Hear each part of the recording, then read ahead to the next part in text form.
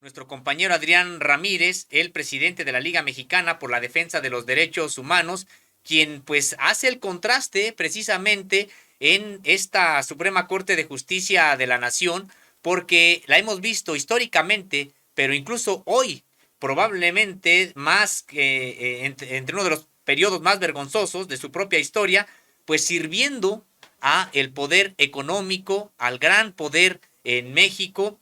con este tipo de resoluciones y siempre realmente renuente a fallar a favor de los desposeídos, siempre renuente a que sus determinaciones terminen favoreciendo a las personas empobrecidas, aquellas que son perseguidas, aquellas que han sufrido tratos inhumanos, crueles y degradantes, aquellas víctimas de tortura. Vemos a una Suprema Corte de Justicia de la Nación en realidad protegiendo en los hechos muchas veces a los perpetradores de estos hechos. Pero pues para hablar precisamente de este tema, pues está ya con nosotros, decíamos, nuestro compañero Adrián Ramírez, a quien le doy la bienvenida. ¿Cómo estás, Adrián? Muy buenos días. Muy buenos días, Sósimo. Muy buenos días, José. Buenos días, amigos de los que están en los controles y también a toda nuestra videoaudiencia que nos acompaña día a día en este esfuerzo de comunicación que buscamos con él despertar la conciencia para que quede muy claro que en un Estado-nación el pueblo es garante y hay que recordar que si bien es cierto que el poder emana del pueblo y está garantizado constitucionalmente, el, el, el asunto es cómo ejerce el pueblo su poder y cómo el pueblo es capaz de buscar que el poder judicial pueda ser sancionado. Eh, de mi formación como médico, yo puedo comentar que el cerebro, que es esta parte de nuestros órganos vitales que controla las funciones, las emociones, las sensaciones, las percepciones, la memoria, el intelecto. Curiosamente no siente.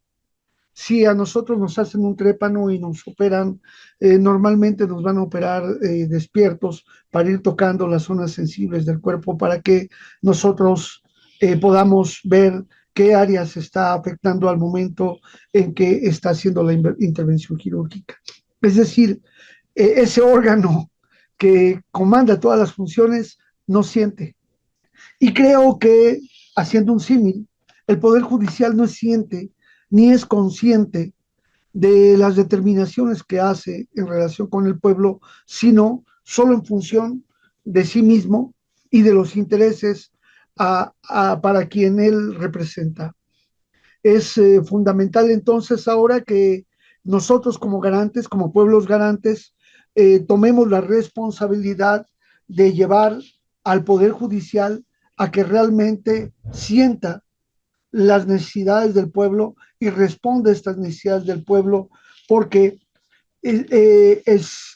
cierto que hay un órgano del Poder Judicial que se llama el Consejo de la Judicatura, pero este es presidido por precisamente el que está a cargo del Poder Judicial. O sea, quien dirige el Poder Judicial es también quien dirige el órgano que debiera sancionar las conductas en las que jueces, magistrados y ministros pudieran incurrir. No hemos visto realmente que el Consejo de la Judicatura tenga la capacidad para sancionarse. Y en los diálogos que hemos tenido con el Consejo de la Judicatura, cuando le hemos señalado una serie de irregularidades que hay en materia del cumplimiento de los derechos humanos en la administración de la justicia,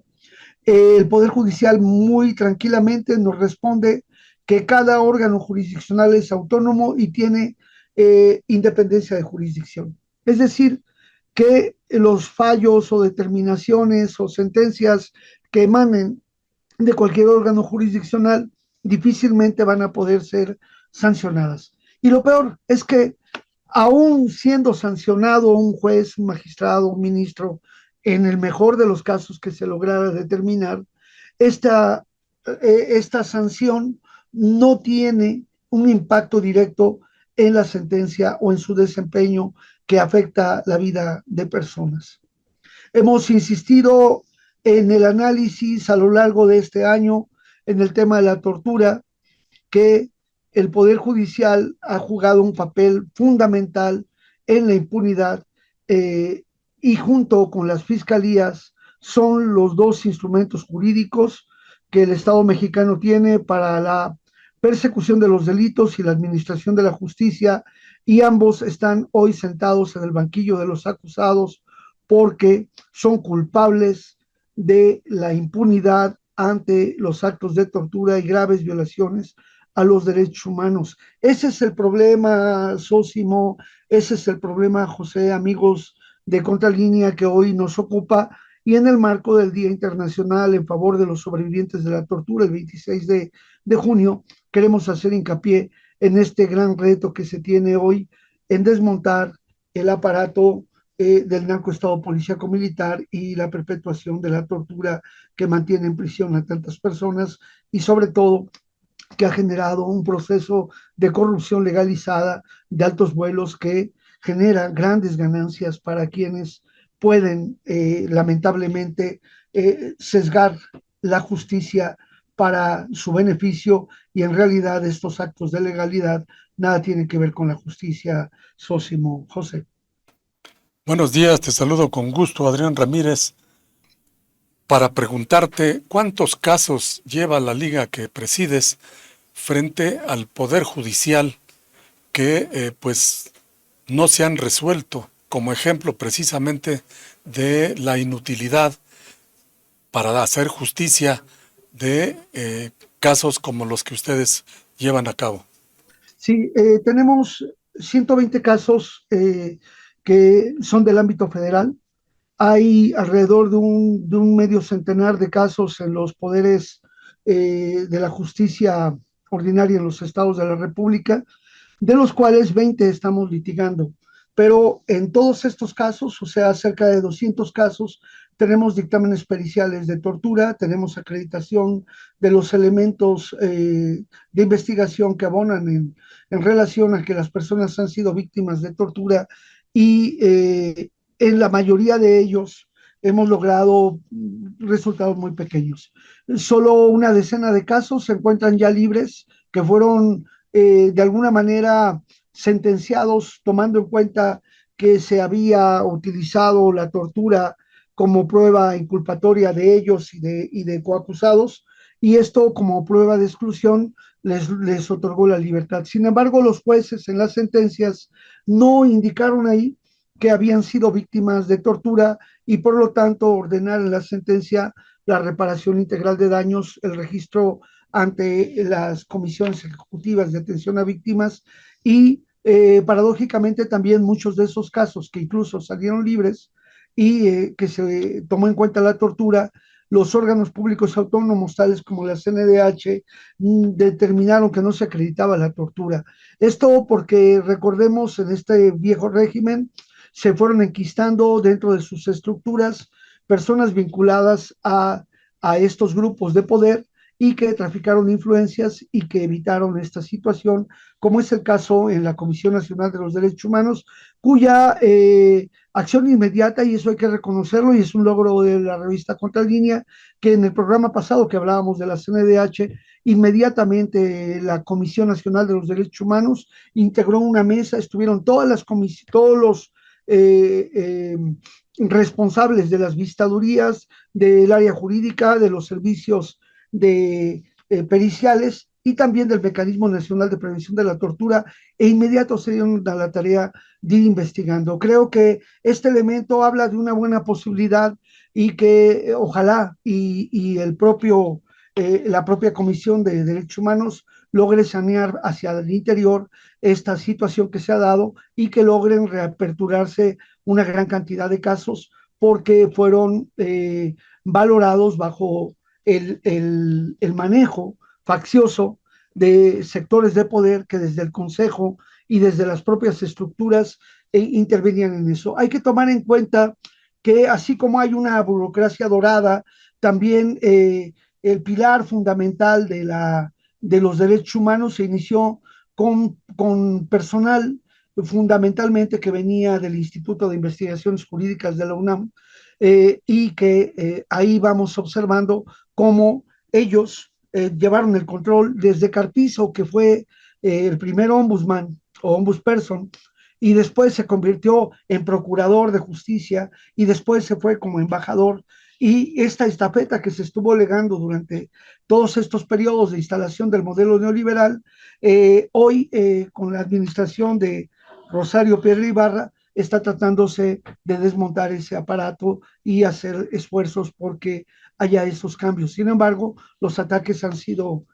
intensos. De la misma manera, insistimos mucho en el hecho de que las fiscalías, tanto la federal como de los estados de la República, de las entidades federativas, no están logrando hacer la acción fundamental para lograr llevar los casos a la justicia. En el periodo del 2019 para acá, hay alrededor de unos 4,000 casos denunciados de tortura, ha disminuido de manera sensible, contando en cuenta alrededor de la mitad más o menos en el ámbito federal y en el ámbito de las entidades federativas. Pero el gran problema es que los procedimientos en las fiscalías van demasiado lentos, falta personal, no hay la capacidad ni la intención para darle cumplimiento y ahí se encuentran una gran cantidad de investigaciones atoradas ahora bajo el criterio de que, si bien es cierto, hay un protocolo de Estambul que es positivo a la tortura y favorable a la persona que alude a haber sido víctima de tortura, sin embargo, las fiscalías están ahora implementando una modalidad de someter opiniones técnicas, esos dictámenes periciales, y en su mayoría son descalificados por los servicios periciales de las propias fiscalías, violentando con esto el principio fundamental del Protocolo de Estambul y de los organismos internacionales de los cuales México es parte y está sujeto a a su cumplimiento, faltan a la independencia. Ese es un problema grave. Otro problema grave es que a lo largo de estos 40 años, o cuando menos en los últimos 20 años, quienes eran agentes de investigación, quienes eran ministerios públicos y que cometieron actos de tortura, hoy se encuentran en funciones de altos cargos de dirección. Tal es el caso, por ejemplo, del fiscal general de justicia del estado de Querétaro, quien, como ya habíamos mencionado, el caso de Manuel Valenzuela Valdés, fue parte del equipo que le detuvo, les tortura y que hoy él ha retenido durante varias ocasiones el manda al archivo el caso por tortura, a pesar de que hay recomendaciones de que el caso está ante la comisión, ante el Comité contra la Tortura de Naciones Unidas, y que hacemos un llamado al fiscal general hoy pues para que rectifique, para que reanalice y rectifique. Y también, como hemos mencionado ya, el caso de la Fiscalía General de Justicia del Estado de Morelos, cuya fiscal, la titular, eh, tiene un despacho de 2x3, no tiene secretarios, no tiene agentes de investigación, no tiene ministerios adscritos a su encomienda y por lo tanto, pues simplemente no hay posibilidad de que las investigaciones avancen, como es el caso de Antonio Barragán Carrasco, Gilberto Aguirre Baena y tantos más que están acumulados ahí en la Fiscalía General de Justicia, al haber declinado la Fiscalía General de la República en favor de esta fiscalía las investigaciones después de 22 años de inacción, de inejecución y de tener ahí en la congeladora la posibilidad de atender un problema tan grave como es la tortura. Adrián, pues estamos hablando de un tema que es muy indignante, triste, por supuesto, por todo el drama que genera a las víctimas de manera directa de actos de tortura, pero también a las propias familias y a la sociedad en general. Y no estamos hablando de uno o dos casos, hay que recordar que, como lo ha documentado la propia Limed, pues se trató de un asunto generalizado, sobre todo en la época de Genaro García Luna al frente de la seguridad pública de este país, y que se impuso incluso como una suerte de mecanismo de investigación, entre comillas, el asunto de la tortura de manera generalizada, como decíamos, en México. Adrián, sin embargo, en este asunto, pues los responsables no solamente son los perpetradores directos, sean civiles, sean autoridades, es decir, policías, integrantes de las Fuerzas Armadas en su momento, etcétera, quienes hayan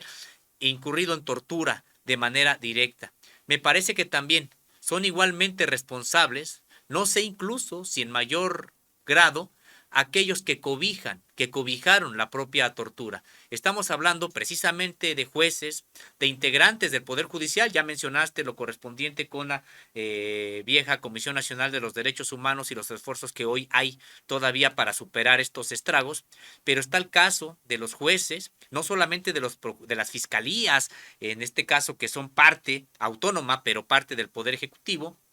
sino del propio Poder Judicial.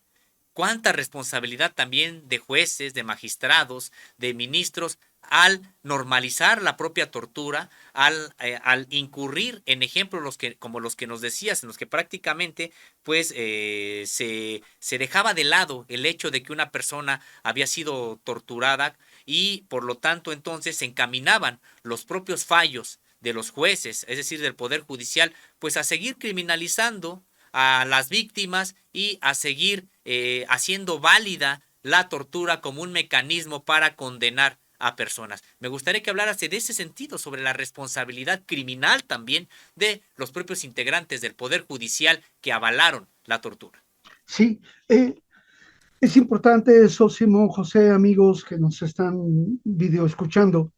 que tomemos en cuenta que se han generado nuevos instrumentos. Hay una nueva versión del protocolo de Estambul que salió en agosto del año pasado,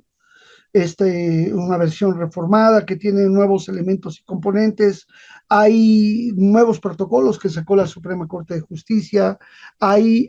la ley eh, sobre detenciones, o sea, el Registro Nacional de Detenciones, la ley sobre el uso de la fuerza, el informe policial homologado y una serie de instrumentos como es el protocolo también para la investigación eficaz de la tortura por parte de las fiscalías. Estos instrumentos son valiosos e importantes, pero lamentablemente los jueces y magistrados y los ministerios públicos, incluso los abogados, no han cambiado su criterio y su valoración. Empezando porque la prueba inicial o fundamental para la investigación de la tortura parte de un análisis cuidadoso de la integridad física y psicológica de las personas. Y aquí el problema está en que el modelo que se tiene hoy para elaborar el certificado de integridad física debe de considerar la toma de signos vitales, debe considerar la toma, el registro de la integridad de las ropas, y una de las preguntas que no debe faltar en ningún examen es ¿por qué tiene esas lesiones? ¿Cómo se las produjo? ¿Quién se las produjo? ¿Cuál fue el mecanismo? Porque no preguntan, simplemente reflejan las lesiones y después van a determinar si estas son compatibles con maniobras de sujeción o sometimiento. Hay que tomar en cuenta que la sujeción o el sometimiento de una persona puede ser una acción lícita, pero también se le puede sujetar o someter para golpearle, para interrogarle, para hacer una serie de cosas que le afectan a la persona. La toma de signos vitales es fundamental y el video y la grabación de las personas para que también se pueda ver la integridad física más allá de constatar señas particulares, tatuajes o demás. El otro elemento es que una vez que se termina el examen, debe darle la copia del certificado a la persona que ha sido examinada para que él y su abogado puedan determinar si están de acuerdo o no con eso. El segundo es que en el informe policial homologado o la puesta a disposición al momento de ratificar es el momento jurídicamente oportuno para que en igualdad de las partes se interrogue a los agentes aprensores al momento en que están presentando el parte informativo y no solamente se deje como un registro de si ellos han sido o no los que firmaron o lo que dice ahí que se estableció. ¿Por qué? Porque en la secuela procesal, una vez que se somete a juicio a la persona, van a pasar varios meses, incluso años, para que puedan ser interrogados y contrainterrogados los agentes aprensores y para el momento en que eso se da, la prueba pierde eficacia porque la persona puede aducir, tengo tantos casos, no lo recuerdo, me apego a lo que dije en el parte, a pesar de que haya total incongruencia entre lo que ahí está. Otro elemento muy importante que debe ser incorporado ya en las investigaciones son las videocámaras, los registros de la red de vínculos de los teléfonos, de la telefonía celular, porque muchas veces se detiene a personas que no tienen ninguna relación y sin embargo se les hace creer que son parte de una banda y así son presentadas. Entonces, eso debe cambiar en el análisis. Y aquí tenemos que ir más allá de lo que establece hoy el síndrome de Pilatos que se ha dado en las nuevas normas, porque apenas alguien dice que fue víctima de tortura, entonces el juez, ya sea el de control o el juez de juicio o el Ministerio Público, dan parte a la autoridad para que investigue la tortura, pero se desentienden totalmente. No envían la información que hay, no están las constancias, ni tampoco están pendientes de estar solicitando los resultados de las investigaciones. Y mientras el caso avanza jurídicamente en las fiscalías, las denuncias por tortura quedan ahí rezagadas y olvidadas. Y para cuando viene el momento de la sentencia no son tomados en cuenta los alegatos de tortura porque no hay ninguna acción de un órgano jurisdiccional o de procuración de justicia que diga que efectivamente la persona ha sido víctima de tortura. Es mucho lo que hay que hacer. El otro elemento que es muy pernicioso y grave es el amparo para efectos. Es decir, en lugar de que al ver las irregularidades que se presentan en un proceso, el juez determine que se violaron garantías, que entonces, por lo tanto, se debiera de brindar la medida de libertad por duda razonable o por falta de elementos para consignar, no lo hacen. Y este es el tema. Mientras ellos hablan por acá de las formas en cuanto a la forma en que están juzgando hoy al Poder Legislativo, ellos en esa parte se van por la forma y no se van al fondo. Y ese es el problema. Tienen que tocar fondo, tienen que reconocer que en el fondo sí están causando daño a la justicia en nuestro país, que en el fondo son malos. Como dicen la gente, en el fondo todos somos buenos o no somos malos, no, en el fondo son malos. Y esta serie de decisiones y fallos prolonga en el tiempo la situación. Habremos de insistir, insisto mucho, en el caso de Antonio Barragán Carrasco, va para 23 años, desde que lo detuvieron, pretextó y argumentó y demostró la tortura, él con lo que tenía, pero jurídicamente no lo acreditaron y le negaron los recursos para que lo pudiera acreditar y sin embargo los magistrados lo que determinaron es de que como no se le había hecho el protocolo de Estambul, se repone el procedimiento para que se haga el protocolo de Estambul. Y lo mismo en el caso de Gilberto Aguirre Baena, se da vista para que se dé el caso al Ministerio Público, pero no lo tomaron en cuenta para la determinación de las sentencias. Hay cosas que tiene que cambiar. El pueblo es garante de sus derechos y el Poder Judicial tiene que revisar adecuadamente sus actuaciones. Esos protocolos que están ahí deben de cumplirse y hacerse cumplir. Y por eso es muy importante en este esfuerzo que también quienes están en riesgo de sufrir una detención arbitraria, que lamentablemente somos cualquier persona, pues podamos contar con los elementos de conocimiento para poder difundir y divulgar la situación. Este papel importante que estamos haciendo muchas organizaciones hoy va confluyendo en generar organizaciones de familiares que están trabajando y luchando contra la tortura. En el caso de la ALIMED y otras organizaciones se encuentra el grupo de actuar familiares contra la tortura, pero también hay otros grupos que tienen presunción de inocencia y derechos humanos. Está el Ceferino Ladrillero y su grupo de Haz Valer Mi Libertad. En fin, hay muchos esfuerzos que deben confluir. El grupo de Poliana que está trabajando por allá también en una labor de difusión importante, algunos grupos de mujeres que están trabajando y que tenemos que confluir. Y a nivel internacional, este 26 de junio, en Bélgica, se estará dando el banderazo de salida para un consorcio que está integrado por algunas de las organizaciones más relevantes en materia de tortura, como es la Organización Mundial contra la Tortura, la Organización para la APT, el IRCT y otras organizaciones que confluyen. Y entonces saludamos y damos la bienvenida a este esfuerzo y esperemos que ello contribuya también para el trabajo. Tenemos varios casos ante los organismos internacionales de derechos humanos que queremos llevar a buen puerto, pero sobre todo lo que queremos es que la justicia en México se convierta en tal y no solamente un órgano que busca, utilizando la legalidad, hacer grandes negocios de corrupción y tráfico de influencias. Llegó el momento ya para dar libertad a una gran cantidad de personas que fueron víctimas de delitos fabricados, de montajes mediáticos, y aquí no debemos dejar pasar por alto la responsabilidad internacional de Israel, que ha llevado cursos de capacitación y entrenamiento para los métodos de tortura. De la misma manera, Estados Unidos, a través de sus manuales y métodos de cooperación que instauraron en nuestro país estos modelos de terror, como aquí en México y en otros países del mundo, como se pudo constatar en Abu Ghraib, después de que Julian Assange diera a conocer